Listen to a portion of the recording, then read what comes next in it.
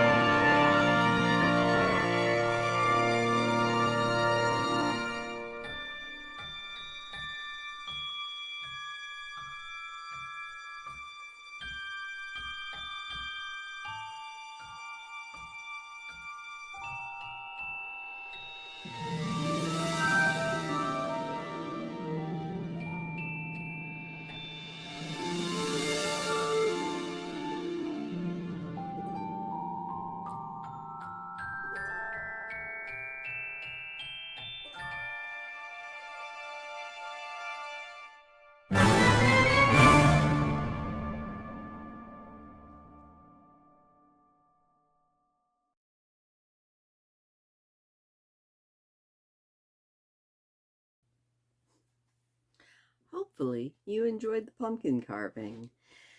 And now on to the main event, which is The Bells, written by Edgar Allan Poe, but actually published posthumously. After he had died, this poem was published, and I was reading on Wikipedia that it was slightly inspired by a woman who helped him nurse his wife while she was dying of tuberculosis, which is really depressing. And yeah, we're going to read it, and hopefully I do it any sort of justice. The Bells by Edgar Allan Poe. Hear the sledges with the bells, silver bells. What a world of merriment their melody foretells! How they tinkle, tinkle, tinkle in the icy air of night. Well, the stars that oversprinkle all the heavens seem to twinkle with a crystalline delight, keeping time, time, time in a sort of runic rhyme to the tintabulation that so musically wells from the bells, bells, bells, bells, bells, bells, bells, from the jingling and tinkling of the bells. Hear the mellow wedding bells, golden bells. What a world of happiness their harmony foretells! Through the balmy air of night, how they ring out their delight from the molten golden notes, and all in tune with a liquid ditty floats to the turtle dove that listens while she gloats on the moon.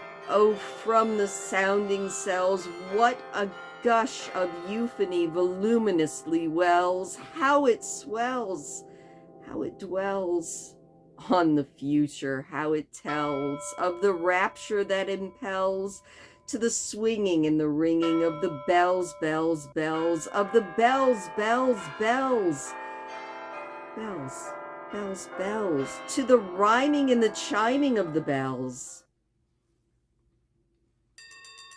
Hear the loud alarm bells, brazen bells. What a tale now their turbulency tells. In the startled ear of night, how they scream out their affright. Too much horrified to speak, they can only shriek, shriek, out of tune, in a clamorous appealing to the mercy of the fire, in a mad expostulation with the deaf and frantic fire, leaping higher, higher, higher, with a desperate desire and a resolute endeavor. Now to sit or never, by the side of the pale-faced moon. Oh, the bells, bells, bells, what a tale their terror tells of despair. How they clang and clash and roar, what a horror they outpour on the bosom of the palpitating air. Yet the ear it fully knows, by the twanging and the clanging, how the danger ebbs and flows, yet the ear distinctly tells, in the jangling and the wrangling, how the danger shrinks and swells, by the sinking or the swelling in the anger of the bells, of the bells, of the bells, bells, bells, bells, bells, bells, in the clamor and the clangor of the bells. Hear the tolling of the bells, iron bells. What a world of solemn thought their melody compels. In the silence of the night, how we shiver with affright at the melancholy menace of their tone. For every sound that floats from the rust within their throats is a groan.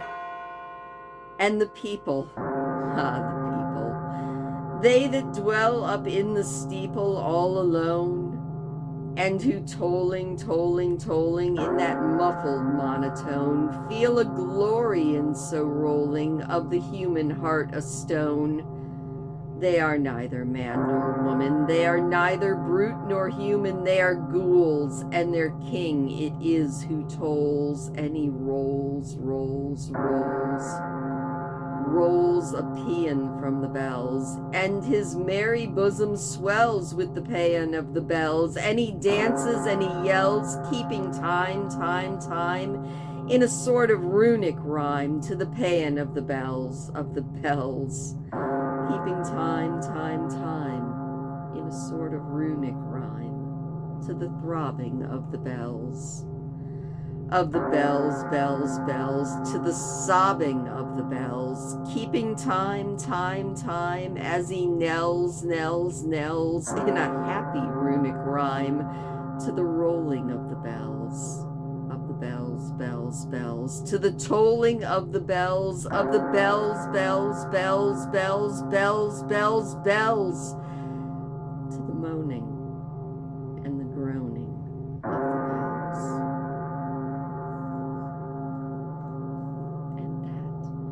Was The Bells by Edgar Allan Poe. That's an interesting one because it definitely shows all of the different things that bells signify, from the happy wedding bells to the party of a sleigh ride to a fire to danger to a mad debauchery dance. I like that. Like so much Edgar Allan Poe, that is one that I'm going to have to think on for a while. All right, well, that was definitely interesting. Thank you to everyone who suggested it. And if you have a suggestion for an Edgar Allan Poe for Spooky Week, drop it in the comments down below, and I will probably read it. So thank you so much for listening, and I will see you next time.